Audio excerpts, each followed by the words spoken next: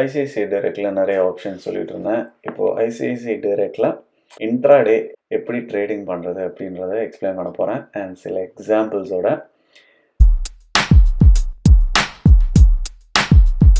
Hello வணக்கம், நான் கீர்த்தி. இந்த சேனல் ஃபுல்லாகவே பிஸ்னஸ் மணி ட்ரேடிங் இதெல்லாம் பற்றி மட்டும்தான் இருக்கும். இது வரைக்கும் நீங்கள் சப்ஸ்கிரைப் பண்ணணும்னா பண்ணிக்கோங்க. ஐசிஐசிஐ டைரக்டில் இன்ட்ராடே ட்ரேடிங் எப்படி பண்ணுறது அப்படின்றத நான் இன்றைக்கி சொல்ல போகிறேன். அதுக்கு முன்னாடி இன்ட்ராடே அப்படின்னா என்ன அப்படின்றத சொல்ல. நிறைய பேர் ஸ்டாக் வாங்கி அதை ஒரு இன்வெஸ்ட்மெண்ட்டாக பண்ணி கொஞ்ச நாள் கழிச்சு வைப்பாங்க. ஸோ ஃபஸ்ட்டு இன்ட்ராடேன்றதை நம்ம என்னென்னு புரிஞ்சுக்கலாம் ஈஸியாக. இப்போ பார்த்தீங்கன்னா நார்மலாக பண்ணுற ட்ரேடிங் பார்த்தீங்கன்னா அதாவது ஒரு நாள் கணக்குலையோ இல்லை வாரக்கணக்குலையோ இல்லை மாத கணக்குலையோ இல்லை வருஷக்கணக்கில் கூட நீங்கள் ஒரு ஸ்டாக்கை வாங்கினீங்கன்னா ரொம்ப நாள் கழித்து நீங்கள் அதை ஹோல்ட் பண்ணி அதுக்கப்புறம் நீங்கள் மேலே போகிறதுக்கப்புறம் விற்கலாம். ஸோ அது வந்து நார்மல் ஸ்விங் ட்ரேடிங் இல்லை பொசிஷன் ட்ரேடிங் எப்படி வேணால் சொல்லலாம். இப்போ இன்ட்ராடே அப்படின்னா ஒரே நாளில் நீங்கள் வாங்கவும் செய்யணும், விற்கவும் செய்யணும். ஸோ அதுதான் இன்ட்ராடே. இப்போ இதை வந்து இப்போ ஜெனரலாக சார்ட்டில் பார்த்தீங்கன்னா எப்படி தெரியும்னா, இந்த மாதிரி இது வந்து ஜஸ்ட்டு மார்னிங் அண்ட் ஈவினிங் இந்த இடத்துல நிறைய ஸ்விங் இருக்கும், நிறைய மேலே கீழே போயிட்டே இருக்கும். இது வந்து கேண்டில் சார்ட். இது வரைக்கும் நீங்கள் எந்த வீடியோவும் பார்க்கல, தான் ஃபஸ்ட் வீடியோ பார்க்குறீங்கன்னா இதை பற்றி கொஞ்சம் சொல்லியிருப்பேன். பட் இருந்தாலும் இது வந்து கேண்டில் சார்ட். இந்த கேண்டில் சார்ட் வைக்கிறதுக்கும் ரீசன் இருக்குது. அது மற்ற வீடியோலாம் பார்த்தீங்கன்னா உங்களுக்கு புரிஞ்சிருக்கும். இன்னொரு ரொம்ப முக்கியமான விஷயம் அண்ட் நமக்கு தேவைப்பட்ட விஷயம் என்ன அப்படின்னா, இப்போ நீங்கள் ஒரு ஸ்டாக் வாங்கணும்னு நினச்சிங்கன்னா உங்களுக்கு அந்த ஃபுல் கேஷ் இருக்கணும் அப்படின்ற அவசியம் கிடையாது. அதில் ஒரு பர்சன்டேஜ் ஆஃப் கேஷ் இருந்தால் மட்டும் போதும். அதனால தான் அது மார்ஜின் ட்ரேடிங்கும் அப்படின்னு சொல்லுவாங்க. ஸோ இப்போ உதாரணத்துக்கு இப்போ இன்ஃபோசிஸ் ஸ்டாக் எடுத்துக்கலாமே. இப்போ இன்ஃபோசிஸ் ஸ்டாக்கோட ப்ரைஸ் வந்து 1385. இப்போ இந்த 1385 இருக்குது. இப்போ என்கிட்ட வந்து நான் 100 ஷேர் வாங்கணும்னு நினைக்கிறேன். ஆனால் 100 ஷேர் என்கிட்ட இல்லை. ஸோ உங்களுக்கு 100 ஷேர்ஸ் வாங்கணும் அப்படின்னா உங்களுக்கு 1,38,500 வேணும். பட் உங்களுக்கு ஒரு 5% இருந்தால் கூட போதும். ஸோ உங்களுக்கு இவ்வளோ காசு இருக்கணுன்ற அவசியம் கிடையாது. ஸோ அதுதான் வந்து இன்ட்ராடேயோட இன்னொரு முக்கியமான பெனிஃபிட் அண்ட் ஈஸியான பெனிஃபிட். நமக்கு ஃபுல் கேஷ் இருக்கணும்னு அவசியம் கிடையாது. அதே மாதிரி இன்னும் ஞாபகம் வச்சுக்கோங்க, இது கொஞ்சம் ரிஸ்கியான ட்ரேடிங் ஸ்ட்ராட்டஜி. ஸோ ரொம்ப கேர்ஃபுல்லாக இதை நல்லா புரிஞ்சுட்டு அதுக்கப்புறம் பண்ணுங்கள். நெக்ஸ்ட் வீடியோவில் நான் ஷார்ட் செல்லிங் பற்றி சொல்கிறேன். ஸோ இப்போ ஐசிஐசிஐ டைரக்டில் எப்படி இன்ட்ராடே ஆர்டர் ப்ளேஸ் பண்ணலாம் அப்படின்றது. ஸோ இதுக்கு வந்து 3 ஆப்ஷன் இருக்குது. ஒன்று MTF buy and margin buy and margin sell. So இப்போது எம்டிஎஃப் பைன்றதை சொல்கிறேன். இது வந்து மார்ஜின் ட்ரேடிங் ஃபெசிலிட்டி. இது வந்து முன்னாடி இல்லை, இப்போது ரீசெண்டாக தான் வந்தது. ஸோ இதில் என்ன பெனிஃபிட் அப்படின்னா, நான் ஃபஸ்ட்டு எப்படி ப்ளேஸ் பண்ணுறதுன்னு சொல்லிடுறேன். ஸோ இதில் நீங்கள் ஃபஸ்ட்டு எக்ஸ்சேஞ்ச் செலக்ட் பண்ணிக்கலாம். அப்புறம் இன்ஃபோசிஸ் இப்போ 1385 இருக்குது. ஸோ அதனால் ஒரு 10 குவான்டிட்டி வச்சுக்கலாமே. இப்போ நான் எதுவும் பண்ணல, பட் இருந்தாலும் ஏன்னா இப்போ ட்ரேடிங் செஷன் கிடையாது, க்ளோஸ் ஆகிருக்கும். ஸோ இப்போ லிமிட் ப்ரைஸ் நான் இப்போ வாங்குறது அண்ட் மறந்துடாதீங்க, limit price and stop loss என்னன்னு சொல்கிறேன். இப்போ இன்ஃபோசிஸோட ரேட் வந்து சொன்னாலே 1385 இருக்குது. இப்போ இதுக்கு என்ன மீனிங் அப்படின்னா, இப்போ 1385 இருக்குது இல்லையா, இப்போ நான் என்னோடய அசம்ஷன் வந்து ப்ரைஸ் வந்து இன்னும் மேலே போகும் அப்படின்றது தானே இந்த இடத்துல. ஸோ 1385 இருக்குது. இப்போ நான் வந்து 1399 கொடுக்குறேன், இல்லை 95 கொடுக்குறேன் அப்படின்னா என்ன மீனிங் அதுக்கு அப்படின்னா, இப்போ 1385 இருக்குது. இப்போ 1395 அந்த மார்க்கெட் ப்ரைஸ் டச் ஆகிடுச்சு அப்படின்னா என்னோட ஆர்டர் வந்து ஆக்டிவேட் ஆகிடும். நீங்கள் இப்போ 1385க்கு கம்மியாக இன்னொரு உதாரணத்துக்கு நான் இன்னொன்று சொல்கிறேன். இப்போ மார்க்கெட் கொடுத்துட்டு என்னால் ஸ்டாப் லாஸே கொடுக்கவே முடியாது, அது அலோவ் பண்ணாது. ஏன்னா மார்க்கெட் வேல்யூக்கு மட்டும்தான் அது பை பண்ணுறதுக்கு அலோவ் பண்ணும். ஸோ இப்போ லிமிட் ப்ரைஸ் கொடுத்தீங்கன்னா இந்த இடத்துல இப்போது 1400 கொடுத்துடலாமே. நீங்கள் மேலே போகுதுன்னு நினைக்கிறீங்க. ஸோ 1400 கொடுத்துட்டா இப்போ இன்ஃபோசிஸோட ப்ரைஸ் வந்து 1400 வந்துருச்சுன்னா இந்த ஆர்டர் ஆக்டிவேட் ஆகிடும். லிமிட் ப்ரைஸ் வந்து இப்போ 1405 கொடுக்குறேன். ஸோ இப்போ 1400 வந்ததுக்கப்புறம் ஆக்டிவேட் ஆகிடும். அதுக்கப்புறம் இந்த மார்க்கெட் அதாவது 1405 வந்ததுக்கப்புறம் உங்கள் ஆர்டர் எக்ஸிக்யூட் ஆகிடும். அதாவது இந்த ப்ரைஸுக்கு நீங்கள் 10 ஸ்டாக் வந்து வாங்கிடுவீங்க. ஸோ இது வந்து எம்டிஎஃப் மார்ஜின் பையும் இதே மாதிரி தான், பெரிய ஒன்றும் டிஃப்ரென்ஸ் இல்லவே இல்லை. பட் என்ன டிஃப்ரென்ஸ்ன்றதும் நான் சொல்கிறேன். இங்கே மோர் கிளிக் பண்ணிக்கோங்க இப்போவும். ஸோ அதே மாதிரி 10 இந்த இடத்துல 1400. நான் ஜஸ்ட் ஒரு எக்ஸாம்பிளுக்கு தான் சொல்கிறேன், நீங்கள் 1400 கொடுக்கணும்னு அவசியம் இல்லை. இந்த இடத்துல 1405 சேம். நான் இப்போ முன்னாடி எக்ஸ்பிளைன் பண்ண மாதிரி அதே மாதிரி தான் நடக்கும். அதே மாதிரி இந்த ஐஓசி விடிசின்றதெல்லாம் நான் மற்ற வீடியோவில் சொல்லியிருப்பேன், தயவு செஞ்சு அதை போய் பார்த்துக்கோங்க. நான் ஒரு வீடியோலையும் எக்ஸ்பிளைன் பண்ணிட்டு இருந்தால் எல்லா வீடியோவும் ரொம்ப பெருசாக இருக்கும். ஸோ இதுக்கு என்ன டிஃப்ரென்ஸ் அப்படின்னா, இந்த எம்டிஎஃப் பை ஃபெசிலிட்டியில் நீங்கள் இன்னொரு ஸ்டாக்கை நீங்கள் ப்ளட்ஜ் பண்ணலாம். அதை நீங்கள் மாற்றணும்னு நினச்சிங்க அப்படின்னா, உங்கள் ஓப்பன் பொசிஷனில் போய் இங்கே ஓப்பன் பொசிஷன் இருக்கும், இங்கே வந்து கன்வெர்டட் டு டெலிவரி அப்படின்ற ஒரு ஆப்ஷன் இருக்கும். இல்லை 3 ஆப்ஷன் இருக்கும். ஒன்று கன்வெர்டட் டு டெலிவரி, இல்லை square off and quick buy, இல்லாட்டி ஸ்கொயர் ஆஃப். இந்த ஸ்கொயர் ஆஃப்ன்றது நிறைய நீங்கள் கேள்விப்பட்டிருப்பீங்க. இது ரொம்ப கன்ஃபியூசிங்லாம் கிடையாது. ஸ்கொயர் ஆஃப்ன்றது நீங்கள் செல் பண்ணுறது தான் ஸ்கொயர் ஆஃப், அதாவது பொசிஷன் க்ளோஸ் பண்ணுறது தான் ஸ்கொயரிங் ஆஃப். அதனால் அது காம்ப்ளெக்ஸ் எல்லாம் ஒன்றுமே கிடையாது.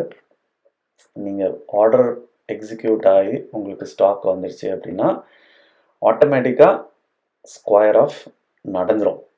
நீங்களாக செல் ஆர்டர் கொடுக்கல அப்படின்னா ஆட்டோமேட்டிக்காக செல் ஆர்டர் எக்ஸிக்யூட் ஆகிடும். ப்ரோக்கர் என்ன, அதாவது ஜென்ரலாக 3:15 இல்லை 3:20 PM, அதாவது ட்ரேடிங் க்ளோஸ் டைம் வந்து 3:30 இல்லையா? ஸோ அதுக்கு முன்னாடி க்ளோஸ் ஆகிடும், உங்கள் பொசிஷன் வந்து க்ளோஸ் ஆகிடும். அதுக்கு தான் நீங்கள் என்ன பண்ணணும்னா, அந்த மார்ஜின் செல் ஆர்டரும் நீங்கள் எவ்வளோ குவான்டிட்டி நீங்கள் பை பண்ணியிருக்கீங்களோ, இப்போ நீங்கள் இந்த இடத்துல வந்து நீங்கள் இன்ஃபி போட்டு 10 போட்டிருந்தீங்க அப்படின்னா சேம் அதே மாதிரி வச்சுக்கலாம். 1400, 1405 இதை போட்டு நீங்கள் பை பண்ணிட்டீங்கன்னா, இப்போ மார்ஜின் செல்லில் சேம் நீங்கள் இங்கே ஒரு செல் ஆர்டர் கொடுத்துடணும். அதே மாதிரி மார்ஜின் செல்லுக்கும் நீங்கள் இப்போ எப்படி நீங்கள் பை ஆர்டருக்கு அப்போது ஸ்டாப் லாஸ் வந்து ட்ரேட் ப்ரைஸோடு அதிகமாக இருக்கோ, மார்ஜின் செல் அப்போது ஸ்டாப் லாஸ் வந்து ட்ரேட் ப்ரைஸோட கம்மியாக தான் இருக்கணும். ஸோ இதுதான் வந்து ரூல். இது வந்து நம்ம மாற்றலாம் முடியாது. ஸோ அதுதான் பாலிசி அண்ட் அதுதான் ரூல். கொஞ்சம் பேர் வந்து மெசேஜில் கூட கேட்டிருந்தீங்க இந்த விஷயத்த இன்ஸ்டாகிராமில். ஸோ அதுக்கு தான் நான் இதை திருப்பி வந்து ஸ்பெசிஃபிக்காக சொல்கிறேன். ஸோ நீங்கள் இதை வந்து மறந்துட முடியாது, இந்த பாலிசியை மாற்றலாம் முடியாது. நீங்கள் கரெக்டாக ஸ்டாப் லாஸை சூஸ் பண்ணி உங்களுக்கு ப்ராஃபிட் வர மாதிரி என்ன ப்ரைஸில் செட் பண்ணணுமோ, இல்லை லிமிட் ப்ரைஸ் உங்களுக்கு ப்ராஃபிட் வர மாதிரி என்ன ப்ரைஸ் செட் பண்ணணுமோ நீங்கள் தான் டிசைட் பண்ணணும். அதுக்கு நீங்கள் சார்ட்லாம் நிறைய டெஃபினட்டாக பார்க்கலாம். பட் டிஃப்ரென்ஸ் வந்து இதுதான். எம்டிஎஃப்பில் இன்னும் மார்ஜின் உங்களுக்கு கம்மியாக இருந்தால் கூட நீங்கள் நிறைய ஸ்டாக் வாங்கலாம். மார்ஜின் பையில் அதே மாதிரி நீங்கள் ஷேர்ஸை ப்ளெட்ஜ் பண்ண முடியாது. அதை நல்லா ஞாபகம் வச்சுக்கோங்க. மார்ஜின் ப்ளஸில் என்ன டிஃப்ரென்ஸ் அப்படின்னா, அதாவது ஃபஸ்ட்டு 3 விஷயம் சொன்னேன் இல்லையா, அந்த இன்ட்ராடேக்கு MTF buy, margin sell, margin buy, margin sell, அப்புறம் மார்ஜின் ப்ளஸ்ன்றது என்னென்னு. இதில் முக்கியமான டிஃப்ரென்ஸ், அதாவது உங்களோட ட்ரெயில் ஸ்டாப் லாஸ்ன்னு சொல்லுவாங்க. ட்ரெயில் ஸ்டாப் லாஸ் எதுக்குன்னா, ப்ராஃபிட், அதாவது உங்கள் லாஸை மினிமைஸ் பண்ணுறதுக்கு, உங்கள் ப்ராஃபிட்டை ஃபஸ்ட்டு லாக்இன் பண்ணுறதுக்காகன்றதை கூட வச்சுக்கலாம். அதாவது ப்ராஃபிட், உங்கள் லாஸை வந்து நீங்கள் எவ்வளோக்கு எவ்வளோ மினிமைஸ் பண்ண முடியுமோ அவ்வளோக்கு நல்லது இல்லையா? ஸோ இது வந்து மெயினாக அதுக்கு தான். இப்போ இங்கே கூட போட்டிருப்பாங்க பாருங்கள், should be higher than limit price of the fresh order traded. So அதே மாதிரி தான் எக்ஸ்சேஞ்ச் செலக்ட் பண்ணிக்கணும் அண்ட் பை செலக்ட் பண்ணிக்கலாம். ஒரு fresh order buy and sell அப்போ உங்கள் ஸ்டாப் லாஸ் என்னன்றது, அதாவது இந்த ப்ரைஸ் வந்ததுக்கு அப்புறம் தான் உங்கள் ஆர்டர் வந்து எக்ஸிக்யூட் ஆகும் செல்லுக்கு. அதே மாதிரி செல், இது வந்து இப்போ செல் நான் சொன்னேன்னா ஷார்ட் செல்லிங் ஸ்டார்டிங் வந்துடும். பட் நீங்கள் பை பண்ணதுக்கப்புறம் நீங்கள் செல் ஆர்டர் செட் பண்ணலாம். ஃபஸ்ட்டு இன்ட்ராடேயில் நீங்கள் கற்றுக்க வேண்டியது பை அண்ட் செல். அதில் பை ஆர்டர் செல் பண்ணதுக்கப்புறம் அது எக்ஸிக்யூட் ஆகிடுச்சின்னா நீங்கள் செல் ஆர்டர் செட் பண்ணலாம். இந்த நோட்ஸ் கூட நோட் பண்ணிக்கோங்க. அண்ட் நான் இந்த லிங்க்கும் செப்பரேட்டாக கொடுக்குறேன். அதாவது எம்டிஎஃப்க்கு ஒரு என்னென்ன டீட்டெயிலாக என்னன்றது கிளியராக கொடுத்துருப்பாங்க. இன்னுமே நான் இதை தவிர வேறு ஒன்றும் டிஃப்ரெண்ட்டாக ஒன்றும் சொல்ல போகிறது கிடையாது. இதில் இருக்கிறது தான். இதில் இன்னும் டீட்டெயிலாக உங்களுக்கு டவுட்லாம் இருந்துச்சுன்னா இன்னும் தாராளமாக படிச்சுக்கோங்க அண்ட் கமெண்ட்ஸில் கேளுங்க, இல்லை இன்ஸ்டாகிராம்லேயும் கேளுங்க. எனக்கு தெரிஞ்சதை நான் கண்டிப்பாக சொல்கிறேன். மார்ஜின் ப்ளஸ் அதனோட டிஃப்ரென்ஸ் அதை நான் சொன்னேன் இல்லையா, trail your stop loss. So அந்த ஆப்ஷன் எம்டிஎஃப்ல இருக்காது. அதே மாதிரி எம்டிஎஃப்ல நீங்கள் ஷேர்ஸை பிளெட்ஜ் பண்ணலாம். ஸோ இது வந்து க்ளவுட் ஆர்டர்னு ஒன்று சொல்லுவாங்க. அது வந்து சீக்கிரம் நீங்கள் க்ளவுடில், இது வந்து சும்மா ஒரு பிஸ்னஸ்க்காகன்னு வச்சுக்கோங்களேன், இது ஒன்றும் பெருசாக அந்தளவுக்கு யூஸ்ஃபுல்லாக இருக்குமான்றது தெரில. பட் நீங்கள் ஆல்ரெடி இந்த ஆர்டரை, நீங்கள் இந்த ஸ்டாக்கு, இந்த ஆர்டர் நீங்கள் சூஸ் பண்ணியிருந்தீங்க அப்படின்னா திருப்பியும் அதே ஆர்டரை நீங்கள் எக்ஸிக்யூட் பண்ணிக்கலாம். அதுதான் அது. இது வந்து டைரக்ட் மார்ஜின் பை செல்லோட ஆப்ஷன்ஸு. இதுவும் அதான் நீங்கள் உங்களுக்கு மார்ஜின், ஐ மீன் இது வந்து ஸ்டாண்டர்ட், ஒன்றும் பெருசாக ஒன்றும் கிடையாது. ஸோ இதுதான் இன்ட்ராடே ட்ரேடிங். இன்ட்ராடே ட்ரேடிங்க்கும் கேஷ் டெலிவரி ட்ரேடிங்க்கும் என்ன டிஃப்ரென்ஸ் அப்படின்றத நான் ஃபைனலாக ஒரு வாட்டி சொல்லிடுறேன். டெலிவரி ட்ரேடிங் அப்படின்றது, கேஷ் டெலிவரினா உங்களுக்கு ஃபுல் அமௌண்ட் கையில் இருக்கணும், கண்டிப்பாக இருக்கணும். அப்போ தான் நீங்கள் அந்த ஸ்டாக்கை வாங்க முடியும். எக்ஸாம்பிள், 100 ஷேர்ஸ், இன்ஃபோசிஸ் ஷேர்ஸ் வாங்கணுன்னா உங்களுக்கு 1,38,500 கண்டிப்பாக உங்கள் அக்கௌண்ட்டில் இருக்கணும், ப்ரோக்கரேஜோட சேர்த்து அந்த அமௌண்ட் இருந்தால் தான் நீங்கள் வாங்க முடியும். பட் இன்ட்ராடேயில் உங்களுக்கு இதில் 5% இல்லை 10% டிபெண்ட்ஸ் ஆன் இந்த எக்ஸ்சேஞ்ச் அண்ட் அந்த எந்த ஸ்டாக்குன்றதை பொறுத்து இருக்குது. நீங்கள் கம்மியாக இருந்தால் கூட 100 ஷேர்ஸ் வாங்கலாம். பட் ரூல் என்னென்னா, அன்னைக்கு ட்ரேடிங் முடியறதுக்குள்ளே நீங்கள் விற்கணும் அதை. அப்படி நீங்கள் விற்கலைன்னா ஆட்டோமேட்டிக்காக புரோக்கர், எந்த ட்ரேடிங் புரோக்கராக இருந்தாலும் ஆட்டோமேட்டிக்காக விற்றுடுவாங்க. ஸோ அதுதான் ஸ்கொயர் ஆஃப்னு சொல்லுவாங்க. ஸோ அவங்களா விற்கிறது, மார்க்கெட் ப்ரைஸ் விற்கிறதுக்கு முன்னாடி நீங்களா ஒரு நல்ல ப்ரைஸ்க்கு விற்கணும். ஏன்னா நிறைய பேர் ப்ராஃபிட் எடுத்து செல் பண்ண ஆரம்பிச்சிட்டாங்கன்னா மறுபடியும் ப்ரைஸ் கீழே போயிடும். அதனால் அதை ஞாபகமாக நீங்களாக விற்கணும். அதை நல்லா ஞாபகம் வச்சுக்கோங்க. அண்ட் அதே மாதிரி நீங்கள் இந்த இடத்துல நீங்கள் எக்ஸிக்யூட் பண்ணதுக்கப்புறம் ஓப்பன் பொசிஷனில் போய் எந்த ட்ரேட் நீங்கள் பண்ணீங்களோ அந்த ட்ரேட்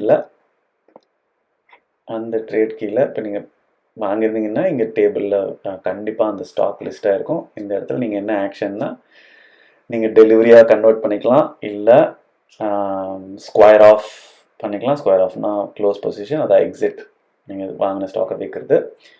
அப்படி இல்லாட்டி square off and quick buy வித்துட்டு டக்குன்னு இமீடியட்டாக இன்னொரு ஆர்டர் ப்ளேஸ் பண்ணுறது தான் அந்த 3 ஆப்ஷன். ஸோ இதில் ஏதாவது ஒரு ஆப்ஷன் நீங்கள் கண்டிப்பாக சூஸ் பண்ணி ஆகணும். ஸோ இதுதான் இன்ட்ராடே ட்ரேடிங். இதில் பெருசாக ஒன்றும் காம்ப்ளெக்சிட்டி கிடையாது. நான் பொதுவாக இன்ட்ராடே வந்து இப்போ அவ்வளோ பண்ணுறது கிடையாது. முன்னாடி கொஞ்சம் பண்ணிகிட்டு இருந்தேன். பட் இப்போ வந்து எப்போவாது மூடு இருந்தால், சரி கொஞ்சம் டைம் இருந்துச்சு, ப்ளஸ் மூடு இருந்துச்சு கொஞ்சம் ரிசர்ச் பண்ணுறதுக்கு அப்படின்லாம் இருந்துச்சுன்னா கண்டிப்பாக பண்ணுவேன். அண்ட் இல்லாட்டி சில ஸ்டாக் வந்து கொஞ்சம் ஆக்டிவாக, நியூஸ்க்கெல்லாம் ரொம்ப சென்சிட்டிவாக இருந்துச்சு, நிறைய மூமெண்ட்ஸ் இருக்குது அப்படின்னு நினச்சா அப்படி அந்த டைம்லையும் நான் இன்ட்ராடே பண்ணுவேன். பட் ஜென்ரலாக பார்த்தீங்கன்னா ட்ரேடிங்கில் பேஷன்ஸ் ரொம்ப முக்கியம். ரொம்ப எமோஷ்னலான, இப்போ இன்ட்ராடேலலாம் நமக்கு எமோஷ்னலாக எடுக்க வேண்டிய டிசிஷன்ஸ் இதெல்லாம் இருக்கும் கண்டிப்பாக. இந்த தப்ப எல்லாருமே பண்ணுறது தான். ஸோ அதெல்லாம் அவாய்ட் பண்ணணும்னு நினச்சா இன்வெஸ்ட்மெண்ட் பண்ணலாம். இல்லை இன்ட்ராடேல கண்டிப்பாக ஹை ரிஸ்கி அது, அதனால் ஞாபகம் வச்சுக்கோங்க.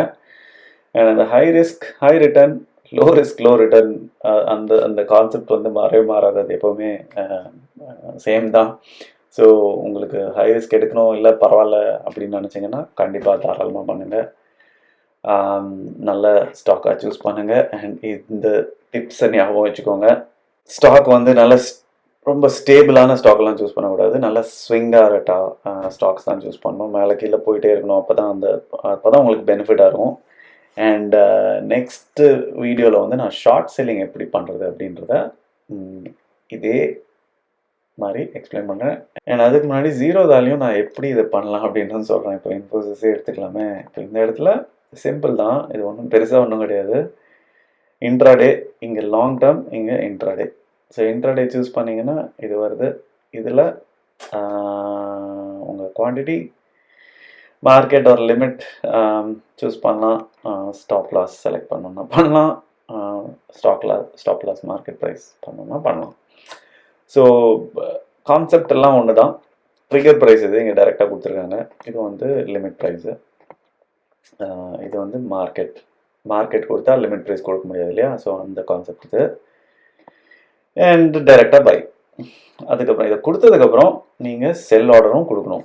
அப்போ தான் ஆட்டோமேட்டிக்காக ஸ்கொயர் ஆஃப் ஆகாது. ஸோ இன்னும் போக போக நான் இதனோட இன்னும் டீட்டெயிலாக சில இன்ட்ரெஸ்டிங்காக சில விஷயம்லாம் நோட் பண்ணேன். நான் புதுசாக இன்க்ளூட் பண்ணது நான் அதுவும் எக்ஸ்பிளைன் பண்ணுறேன். அப்புறம் அதை ஜீரோதாலையும் கம்பேரிசன் நான் உங்களுக்கு அதை நெக்ஸ்ட் வீடியோவில் எக்ஸ்பிளைன் பண்ணுறேன். ஸோ இது ஈஸியாக புரிஞ்சிருக்கும்னு நினைக்கிறேன். புரியலன்னா இன்னொரு வாட்டி பாருங்கள். அண்ட் வேறு யாருக்காவது யூஸ்ஃபுல்லாக இருந்துச்சுன்னா ஷேர் பண்ணுங்கள். Like, share, subscribe. கூடிய சீக்கிரம் நெக்ஸ்ட் வீடியோவில் சந்திக்கலாம். பாய்.